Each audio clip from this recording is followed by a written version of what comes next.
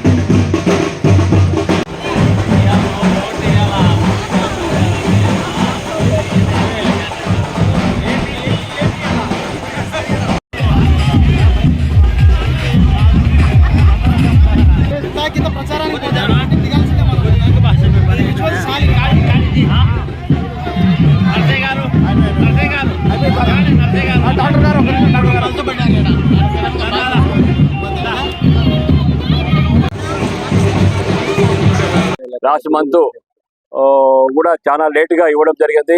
ఈసారి కంపల్సరీ 1వ తారీఖున అధికారులతోటి పింఛన్ కంపల్సరీ ఇవ్వాల్సిందిగా కోరుకుంటున్నాం. ఇంటింటికి డోర్ టు డోర్ పోయి పింఛన్స్ ఇవ్వాల్సిందిగా కోరుకుంటున్నాం. ఈరోజు ఎన్డీఏ కూటమి జనసేన అభ్యర్థి అరవ శ్రీధర్, రాజంపేట ఉమ్మడి అభ్యర్థి కిరణ్ కుమార్ రెడ్డి గారి ప్రచారం చాలా బ్రహ్మాండంగా జరుగుతుంది. రైల్వే కోడూరులో ఎక్కడికి వెళ్ళినా ఈరోజు సూర్యపురాజపల్లిలో ప్రచారం జరుగుతుంది. బ్రహ్మరథం పడుతున్నారు ప్రజలు. కాబట్టి ఎటువంటి అనుమానం లేదు.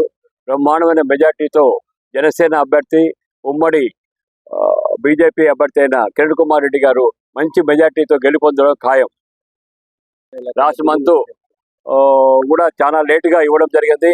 ఈసారి కంపల్సరీ 1వ తారీఖున అధికారులతోటి పింఛన్ కంపల్సరీ ఇవ్వాల్సిందిగా కోరుకుంటున్నాం. ఇంటింటికి డోర్ టు డోర్ పోయి పింఛన్స్ ఇవ్వాల్సిందిగా కోరుకుంటున్నాం.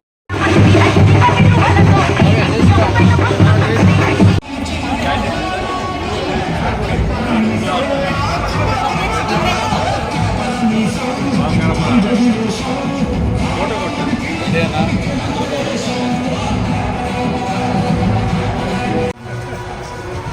కాలు కలుతాయి